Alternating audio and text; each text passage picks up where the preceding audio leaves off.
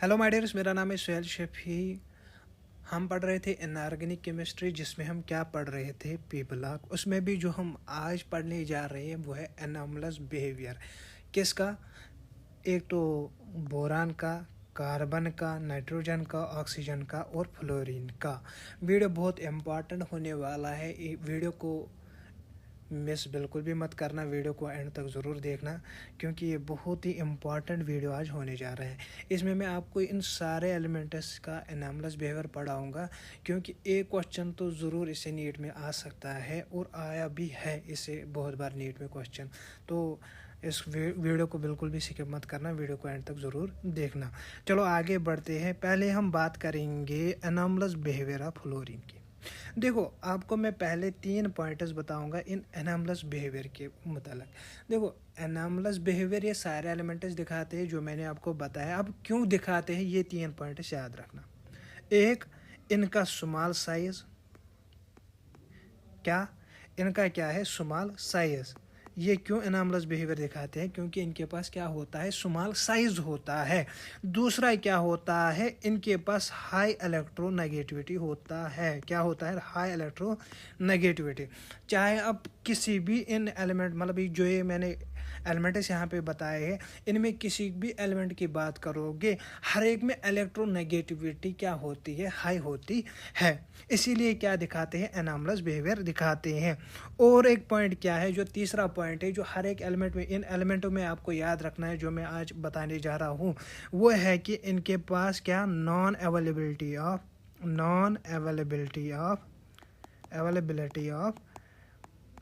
D orbitals, यानी कि इनके पास वैकेंट डी ऑर्बिटल्स नहीं होते।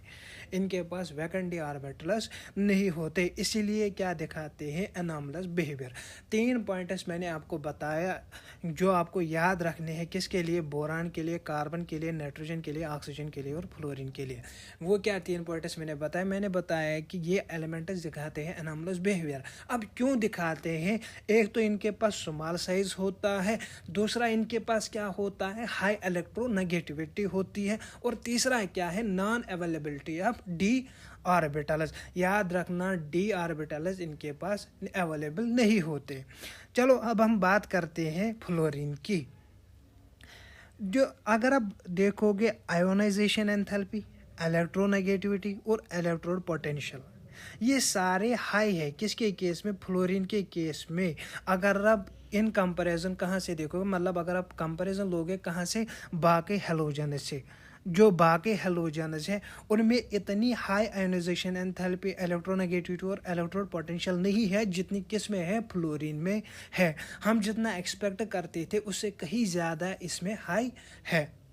अब हम बात करेंगे किसकी? एक तो आयनिक और कोवलेंट रेडियस की, दूसरा मेल्टिंग पॉइंट और बॉइलिंग पॉइंट की, तीसरा एंथैल्पी ऑफ बॉन्ड डिसोसिएशन और चौथा किसकी? Electron gain enthalpy. ये सारे क्या होते हैं? लोअर। किसके केस में? फ्लोरीन के केस में देन एक्सपेक्टेड। मतलब जो बाकी हेलोजन्स है उनको इससे ज़्यादा होते हैं, और इसका क्या होता है? बहुत ही कम होता है। जितना हमने एक्सपेक्ट किया होता है उससे भी बहुत कम होता है फ्लोरीन का। क्या क्या होता है काम? एक तो आयनिक और कोवलेंट रेडियस, मेल्टिंग पॉइंट और boiling point, enthalpy of bond dissociation और इलेक्ट्रॉन गेन एंथैल्पी। ये बात याद रखना। अभी जो मैं कह रहा था 3 पॉइंट्स मैंने बताया कि जो एनामलस बिहेवियर है फ्लोरीन का, वो क्या क्यों है, किसकी वजह से है? एक तो इनके पास स्मॉल साइज होता है, दूसरा क्या है? Highest electronegativity. याद रखना, फ्लोरीन सबसे ज़्यादा इलेक्ट्रोनेगेटिव एलिमेंट पीरियोडिक टेबल में है। ये बात याद रखना, इसको कभी भी मत भूल जाना। इनके पास लो बॉन्ड डिसोसिएशन एंथैल्पी होती है, ये भी इसके लिए याद रखना इंपॉर्टेंट पॉइंट है। जो मैंने पहले ये बताया था, non availability of D orbitals in valence shell. जो इनके वैलेंस शेल है उसमें डी ऑर्बिटल्स प्रेजेंट नहीं होते, वहाँ पे अवेलेबल डी ऑर्बिटल्स नहीं होते। जो मोस्ट ऑफ द रिएक्शंस है ना फ्लोरीन के, जितने भी मोस्ट ऑफ द, मतलब ज़्यादातर जो रिएक्शंस है किसके? फ्लोरीन के, वो है एक्सोथर्मिक। यानी कि एक्सोथर्मिक क्या होता है, दो रिएक्शंस, एक तो होती है एंडोथर्मिक रिएक्शंस, दूसरे होते हैं एक्सोथर्मिक रिएक्शंस। एंडोथर्मिक रिएक्शंस क्या होते हैं, जिसमें एनर्जी हमें देनी पड़ेगी, और एक्सोथर्मिक रिएक्शंस क्या होते हैं, जिसमें एनर्जी रिलीज होगी। क्या अब ये समझ आया? जिसमें रिलीज एनर्जी होगी वो क्या है, एक्सोथर्मिक, और जिसमें हमें एनर्जी देनी होगी वो क्या है, एंडोथर्मिक। अब ये एक्सोथर्मिक क्यों होते हैं? एक तो due to the small and strong bond, एक तो छोटा, दूसरा क्या, strong bond formed by it with other elements, जो ये किन के साथ बनाता है, बाकी एलिमेंट्स के साथ बनाता है। ये जो फ्लोरीन है ये एक ही ऑक्सो एसिड बनाता है। क्या बनाता है? एक ही ऑक्सो एसिड बनाता है। याद रखना, बाकी हेलोजनस बहुत सारे ऑक्सो एसिड्स बनाते हैं। जो ये फ्लोरीन है ये एक ही ऑक्सो एसिड बनाता है, जो बाकी हेलोजन्स है वो बहुत सारे ऑक्सो एसिड्स बनाते हैं। याद रखना, जो हाइड्रोजन फ्लोराइड है, क्या, जो हाइड्रोजन फ्लोराइड है ये क्या होता है, लिक्विड होता है। अब क्यों लिक्विड होता है? क्योंकि इनके पास स्ट्रॉन्ग हाइड्रोजन बॉन्ड होता है। देखो नीट में क्वेश्चन असर्शन रीजन आ सकता है यहाँ से। अब बोलोगे कैसे? देखो वहाँ पे आपको ये बोल सकते हैं हाइड्रोजन, जो हाइड्रोजन फ्लोराइड है वो लिक्विड है। अब क्यों है? क्योंकि उनके पास क्या होता है, स्ट्रॉन्ग हाइड्रोजन बॉन्डिंग। अब ये भी यहाँ से भी आपको असर्शन रीजन क्वेश्चन आ सकता है, जो हाइड्रोजन बॉन्ड है HF में वो क्यों है, मतलब वो जो हाइड्रोजन बॉन्ड में जो हाइड्रोजन बॉन्ड है कहाँ पे, HF में, वो कैसे है, due to small size and high electronegativity of fluorine. ये याद रखना है क्योंकि नीट में क्वेश्चन आ सकता है। Other hydrogen halides which have bigger size and less electronegativity are gases, वो क्या होते हैं, गैसेस होते हैं। अगर आप बाकी हाइड्रोजन हैलाइड्स देखोगे वो क्या होते हैं, वो तो साइज में बड़े होते हैं, किससे, फ्लोरीन से, इसीलिए वो क्या होते हैं, ज़्यादातर गैसेस होते हैं। उनकी इलेक्ट्रोनेगेटिविटी भी कम होती है फ्लोरीन से। अब हम बात करेंगे ऑक्सीजन की। पहला वाला तो ख़त्म हो गया, अब हम बात करेंगे ऑक्सीजन की। देखो ऑक्सीजन भी एनॉमलस बिहेवियर दिखाता है, मैंने आपको पहले ही बताया। अब क्यों दिखाता है, जो मैं पहले ही बोलता गया, स्मॉल साइज, हाई इलेक्ट्रोनेगेटिविटी, और क्या है, vacant, non availability of vacant d orbital. ये तो आपको पता ही होगा, ये मैंने पहले ही बताया। अब मुझे इस पर उतना मगजमारी नहीं करना है। अब एक टिपिकल एग्जाम्पल है of effects of small size and high electronegativity क्या है, वो है कि presence of strong hydrogen bond in water. देखो जो भी मैं बोल रहा था स्मॉल साइज और हाई इलेक्ट्रोनेगेटिविटी, उसमें क्या एग्जांपल क्या है, जो ये वाटर है ना, इसमें क्या होता है, इसमें स्ट्रॉन्ग हाइड्रोजन बॉन्ड होता है, इसीलिए वाटर जो है वो क्या होता है, लिक्विड होता है। जो वाटर है इसमें क्या होता है, स्ट्रॉन्ग हाइड्रोजन बॉन्ड होता है। याद रखना क्या होता है, स्ट्रॉन्ग हाइड्रोजन बॉन्ड होता है।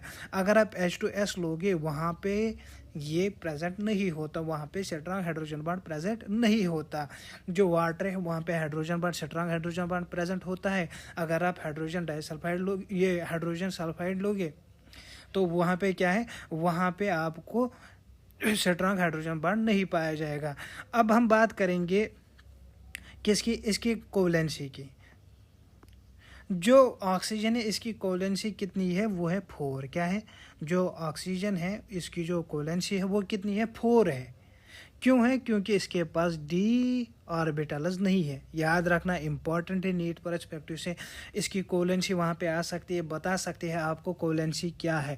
अरे पहले आपको मैं ये बताऊंगा कि कोवलेंसी क्या होती है, क्योंकि कोई चूज़ा बच्चा आएगा अभी बताएगा सर कोवलेंसी क्या होती है। कोवलेंसी होती है नंबर ऑफ कोवलेंट बॉन्ड्स जो एक एटम बनाता है बाकी एटम्स के साथ, ताकि वो अचीव करे स्टेबल इलेक्ट्रॉनिक कन्फिग्रेशन।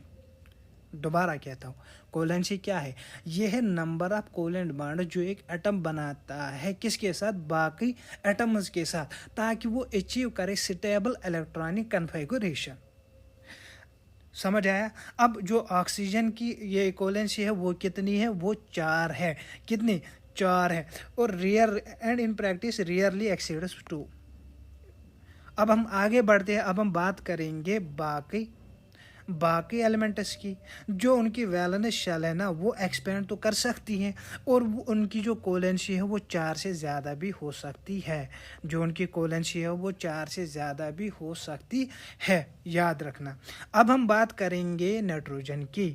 अब हम बात करेंगे एनॉमलस बिहेवियर ऑफ नाइट्रोजन की। अब नाइट्रोजन भी एनॉमलस बिहेवियर दिखाता है। क्यों दिखाता है? एक तो स्मॉल साइज होता है इनके पास, दूसरा है क्या, हाई इलेक्ट्रोनेगेटिविटी, तीसरा क्या है, हाई आयनाइजेशन एंथैल्पी, और चौथा क्या है, non availability of D orbitals. पहले ही मैंने आपको ये 3 पॉइंट्स पहले बताए थे, बस यहाँ पे एक ऐड करना है, हाई आयोनाइजेशन एंथैल्पी। बस बाकी तो वो 3 पॉइंट्स तो सेम ही रहे। देखो जो नाइट्रोजन है इसके पास एक यूनिक एबिलिटी है, ये क्या बनाता है, पी पाई मल्टीपल बॉन्ड्स, एक तो खुद के साथ, दूसरा बाकी एलिमेंट्स के साथ जिनको क्या होता है, स्मॉल साइज होता है और हाई इलेक्ट्रोनेगेटिविटी होती है। अब उसमें क्या क्या आता है, एक तो कार्बन आता है, दूसरा ऑक्सीजन। दोबारा कहता हूँ, जो नाइट्रोजन है इसको एक यूनिक एबिलिटी है, ये क्या बनाता है, पी पाई मल्टीपल बॉन्ड्स। अगर आप बाकी एलिमेंट्स देखोगे, फास्फोरस जो इसके इस ग्रुप 15 के बाकी एलिमेंट्स है, फास्फोरस है, आर्सेनिक, एंटीमनी और बिस्मथ है, वो क्या, वो पी पाई मल्टीपल बॉन्ड्स नहीं दिखाते, जिस तरह कौन दिखाता है, नाइट्रोजन। उनमें क्या होता है, उनमें एडिशन ऑफ ये उनमें वैकेंट डी ऑर्बिटल होता है, तो इसीलिए वहाँ पे डी ऑर्बिटल भी पार्ट लेता है। जो यहाँ पे नाइट्रोजन है इनमें एब्सेंस होती है डी ऑर्बिटल्स की, इसीलिए यहाँ पे क्या ये खाली दिखाते हैं पी पाई मल्टीपल बॉन्ड्स। एक तो खुद के साथ, दूसरा बाकी स्मॉल एलिमेंट्स के साथ, मतलब बाकी एलिमेंट्स के साथ जिनके पास स्मॉल साइज हो और क्या हो, हाई इलेक्ट्रोनेगेटिविटी हो। उसमें क्या क्या एग्जांपल आता है, एक तो आता है कार्बन, दूसरा आता है oxygen. Heavier elements of this group do not, ये जो मैं भी कह रहा था, मैंने कहा कि वो नहीं बनाते हैं पी पाई बॉन्ड्स। क्यों नहीं बनाते, क्योंकि उनके जो एटॉमिक ऑर्बिटल्स है ना वो बहुत बड़े होते हैं और डिफ्यूज होते हैं, इसीलिए वो क्या, वो पी पाई बॉन्ड नहीं बनाते। उनको एक इफेक्ट ओवरलैपिंग नहीं होती, इसीलिए याद रखना उनके पास एक इफेक्ट, मतलब उनके जो वो एलिमेंट्स हैं उनमें क्या इफेक्ट ओवरलैपिंग नहीं होती, इसलिए वो पी पाई बॉन्ड्स नहीं बनाते। जो नाइट्रोजन है वो एग्जिस्ट करता है एज डायटोमिक मॉलिक्यूल। जो नाइट्रोजन है वो एग्जिस्ट करता है एज डायटोमिक मॉलिक्यूल। इसके पास ट्रिपल बॉन्ड होता है, याद रखना इसके पास क्या होता है, ट्रिपल बॉन्ड होता है। एक तो 1s होता है, एक 2 p होते हैं, एक तो 1s होता है, दूसरा क्या होता है, 2 p होते हैं बिटवीन द 2 एटम्स। जो इसकी बॉन्ड एंथैल्पी है वो भी बहुत ज़्यादा होती है, याद रखना बॉन्ड एंथैल्पी इसकी क्या होती है, बहुत ही ज़्यादा होती है। अगर हम बात करेंगे फास्फोरस की, आर्सेनिक की, एंटीमनी की, वो क्या बनाते हैं, सिंगल बॉन्ड्स बनाते हैं। अब इसमें आप देखो PP, AS और SB और जो बिस्मथ है वो क्या बनाता है, मेटालिक बॉन्ड्स बनाता है, याद रखना इन एलिमेंटल स्टेट, इंपॉर्टेंट है। जो नाइट्रोजन बॉन्ड है, सिंगल बॉन्ड है, जो नाइट्रोजन सिंगल बॉन्ड है वो वीकर है, वो कमज़ोर है, किससे, सिंगल फास्फोरस सिंगल बॉन्ड। क्यों है, because of high inter electronic repulsion of the non bonding electrons owing to the small bond length. As a result the catenation tendency is weaker in nitrogen. और देखो जो nitrogen single bond है वो weaker होता है, किससे, single phosphorus bond. क्यों होता है, देखो जो नाइट्रोजन में नॉन बॉन्डिंग इलेक्ट्रॉन्स है उनके दरमियान इंटर इलेक्ट्रॉनिक रिपल्जन बहुत ज़्यादा है, तो इसीलिए जो इनका जो बॉन्ड लेंथ है, यहाँ से बॉन्ड लेंथ स्मॉल है, तो जो उनका जो ये इंटर इलेक्ट्रॉनिक रिपल्जन है वो बहुत ज़्यादा है। इसी वजह से ये जो नाइट्रोजन सिंगल बॉन्ड है ये क्या होता है, वीकर होता है। आगे बढ़ते हैं। Another factor which affects the chemistry of nitrogen, वो क्या है, absence of D orbitals in its valence shell, जो मैं पहले से ही कहता आ रहा हूँ। Besides restricting its covalency to 4, कितना, इसकी जो कोवेलेंसी है वो कितनी है, 4। यहाँ से आप देखो ऑक्सीजन में भी 4, इसमें भी 4, कार्बन में भी 4 और बोरान में भी 4 ही पढ़ोगे। इनमें सब में क्या है, कोवेलेंसी 4 है। Nitrogen D P pi bond नहीं बना सकता, जो मैंने कहा पहले ही कहा, और जो बाकी एलिमेंट्स है वो बना सकते हैं। अब एग्जाम्पल ये देखो, ये उतना इम्पोर्टेंट नहीं है। जो फास्फोरस और आर्सेनिक है वो क्या बनाते हैं, वो डी पाई बॉन्ड बनाते हैं।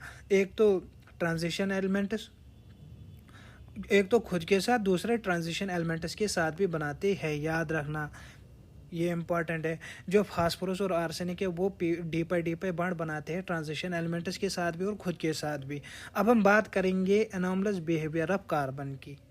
अब देखो, ये तो मैंने अभी तक बताया कि जो सेकंड पीरियड के एलिमेंट्स है ना, देखो जो पी ब्लॉक के सेकंड पीरियड के एलिमेंट्स है वो सारे क्या दिखाते हैं, एनॉमलस बिहेवियर दिखाते हैं। अब कार्बन भी तो सेकंड पीरियड से ही बिलोंग करता है, ये भी तो दिखाता है।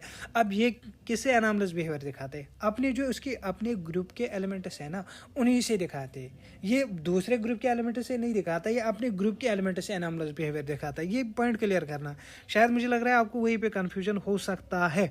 आप ये सोचोगे कि दूसरे एलिमेंट्स के साथ नहीं, जो इनका अपना ग्रुप है उन्हीं के एलिमेंट्स के साथ ये क्या दिखाता है, एनॉमलस बिहेवियर दिखाता है। अब क्यों दिखाता है, जो मैंने पहले से ही कहा था, स्मॉल साइज है, higher electronegativity, higher ionization enthalpy, और क्या है, अनअवेलेबिलिटी ऑफ डी ऑर्बिटल्स। ये मुझे नहीं लग रहा अब उतना एक्सप्लेन करना है।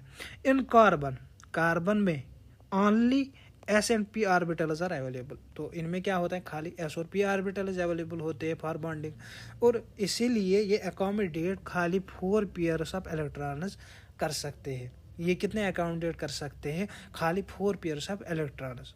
जो कार्बन है इसके पास एक यूनिक क्या एबिलिटी होती है क्या बनाने की, जो अभी नाइट्रोजन में भी यही होता है और कार्बन में भी यही है, याद रखना। इनमें क्या होता है, ये पी पाई मल्टीपल बॉन्ड्स बनाते हैं, एक तो खुद के साथ, दूसरा बाकी एलिमेंट्स के साथ भी, जिनके पास क्या होता है, स्मॉल साइज और हाई इलेक्ट्रोनेगेटिविटी। ये आप कार्बन में भी देखोगे, वहाँ पे भी पी पाई। अब ये इतना याद रखना, जो भी बी ब्लॉक के सेकंड पीरियड से बिलोंग करता है वो पी पाई मल्टीपल बॉन्ड बनाता है।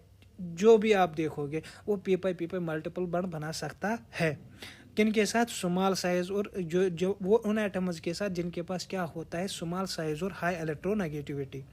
अब यहाँ पे देखो कुछ मल्टीपल बॉन्ड यहाँ पे दिए गए, C double bond C triple bond C double bond O, C double bond, ये याद रखना। अब हेवियर एलिमेंट जो है वो पी पाई बॉन्ड्स नहीं बनाते, क्यों नहीं बनाते, जो इनके एटॉमिक ऑर्बिटल्स है वो बहुत बड़े होते हैं और डिफ्यूज्ड होते हैं टू हैव इफेक्टिव ओवरलैपिंग। अब हम बात करेंगे कार्बन की। जो कार्बन है ना, इनके पास एक प्रॉपर्टी होती है, क्या, कैटिनेशन। कैटिनेशन प्रॉपर्टी मतलब क्या है, देखो कार्बन खुद दूसरे जो उसके जैसा दूसरा कार्बन है उसके साथ क्या बना सकता है, बॉन्ड बना सकता है। ये कार्बन में सबसे स्पेशल ये प्रॉपर्टी है, क्या, ये बाकी कार्बन्स के साथ बॉन्ड बना सकता है, ये चेन्स बना सकता है, याद रखना। कौन, कार्बन, ये रिंग्स भी बना सकता है, उसी को हम बोलते हैं कैटिनेशन। जब इसके पास टेंडेंसी है ये लिंक कर सकता है बाकी एटम्स के साथ, और ये क्या बना सकता है, ये बना सकता है चेन्स और rings. This is because C bonds are very strong. देखो जो सी बॉन्ड्स है वो क्या होते हैं, जो कार्बन सिंगल बॉन्ड्स है वो क्या होते हैं, वो बहुत ही ज़्यादा स्ट्रांग होते हैं। डाउन द ग्रुप साइज क्या होता है, डाउन द ग्रुप साइज होता है इंक्रीज, और जो इलेक्ट्रोनेगेटिविटी है वो क्या होती है, डिक्रीज, और जो ये टेंडेंसी टू शो कैटिनेशन है वो भी क्या होती है, वो डिक्रीज होती है। अब यहाँ पे देखो ये ऑर्डर दिया गया है कैटिनेशन का, कार्बन का सबसे ज़्यादा, फिर सिलिकॉन का, और सिलिकॉन को ज़्यादा है किसे, जर्मेनियम, और टिन और जर्मेनियम जो है ना इनका सेम ही होता है, याद रखना। जो लेड है वो कैटिनेशन नहीं दिखाता, इंपॉर्टेंट है, याद रखना। Due to property of catenation and P pi bond formation, जो कार्बन है वो क्या दिखाता है, एलोट्रोपिक फॉर्म्स दिखाता है। अब हम बात करेंगे आज के लास्ट टॉपिक की तरफ, वो है क्या, वो है एनॉमलस बिहेवियर ऑफ बोरान। ये लास्ट टॉपिक है अब, anomalous behaviour of boron. That trichlorides, bromides और आयोडाइड्स, ये सारे एलिमेंट्स क्या होते हैं, कोवलेंट इन नेचर, क्या होते हैं, कोवलेंट इन नेचर। चाहे आप ट्राइक्लोराइड्स लो, चाहे आप ब्रोमाइड्स लो और आयोडाइड्स लो, ये सारे क्या है, ये कोवलेंट होते हैं नेचर में, और हाइड्रोलाइज्ड इन वाटर, इनको हाइड्रोलाइज किया जाता है पानी में।